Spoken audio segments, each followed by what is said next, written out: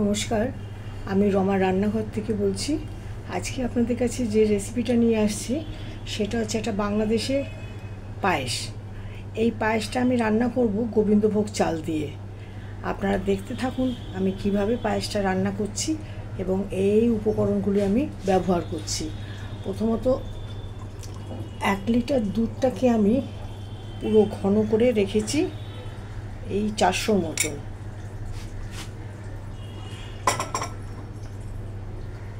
আমি রান্নাটা করব মিশ্রি দিয়ে, আর কিছুটা আপনার দেব বাতাসা, তার সঙ্গে আমি দেব কাজু কিশমিশ এবং ওটার সাথে আপনার আমন্ড।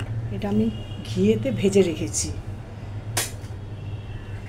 ইউজ করব আমি আপনার এখানে মিল্ক মেড নেসেল কোম্পানির, এটা দেবো আমি দুধের সাথে। গাওয়া ঘি আমি ইউজ করছি। এই গোবিন্দভোগ চাল আমি নিয়েছি এই বাটির থেকে হাফ। এটাকে ধুয়ে আমি জল ঝরিয়ে ঘিয়ে ভেজে রেখেছি এই কড়াইয়ের মধ্যে। এখন আমি এই কড়াইটা গ্যাসেতে বসিয়েছি, আমি গ্যাসটাকে এখন ধরাবো।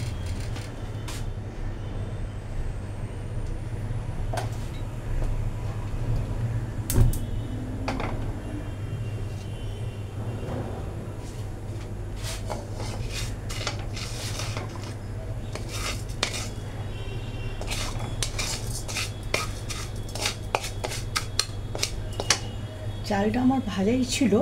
আমি এখন এর মধ্যে তেজপাতা শুদ্ধ যে দুধটার মধ্যে দিয়ে রেখেছিলাম সেটা আমি এখানে ঢেলে দিচ্ছি।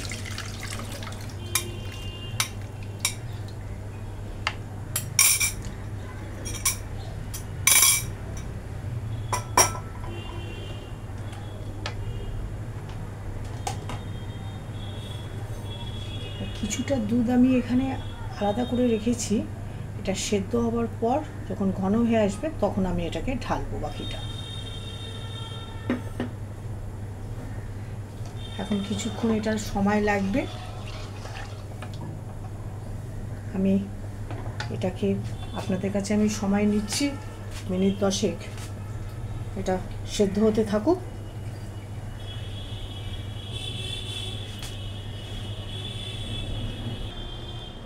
দুধ প্রায় এটাকে ফুটিয়ে, দুধটা ফুটে কিছুটা কমে এসছে। এবার বাকি দুধটা আমি এর মধ্যে ঢেলে দিলাম।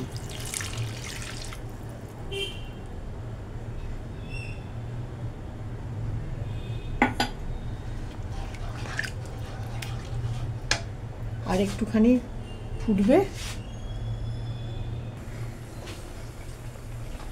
চালটা এখন সেদ্ধ হয়ে গেছে।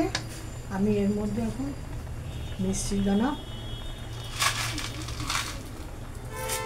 2 চামচ দিচ্ছি, বাতাসা 5টা দিলাম,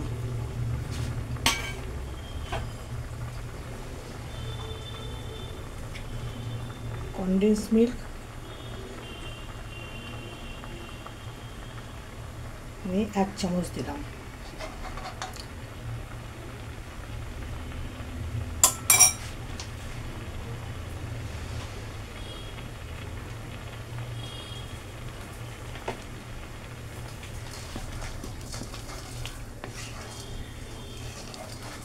দেখুন কালারটা কি সুন্দর এসছে। মিষ্টিটা এটা আপনাদের জিভের স্বাদের উপর নির্ভর করছে, কে কীরকম মিষ্টি খান সেরকম বুঝে আপনারা মিষ্টিটা দেবেন। আমি আমার মাপ মতন দিয়েছি এই মিষ্টি। এবার এটা বলে গেছে। আমি এর মধ্যে কাজু কিশমিশ বাদাম পেস্তা সমস্ত যেগুলি ঘিয়ে ভেজে রেখেছিলাম সেগুলি এখন গ্যাসটাকে আমি বন্ধ করে এর উপরে ছড়িয়ে দিচ্ছি।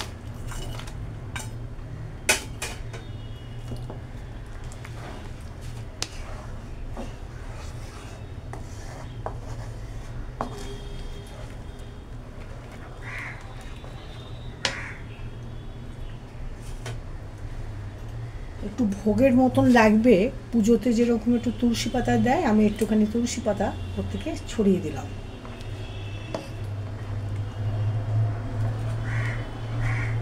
তার সঙ্গে ছোট এলাচ আমি গুঁড়ো করে রেখেছি, সেটাকে আমি ছড়িয়ে দিচ্ছি উপরে।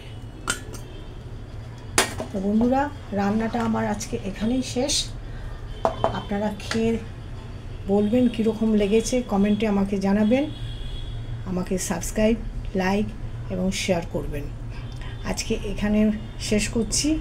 এবার পরবর্তী অনেক রেসিপি নিয়ে আপনাদের সামনে উপস্থিত হব। আপনারা সবাই ভালো থাকবেন।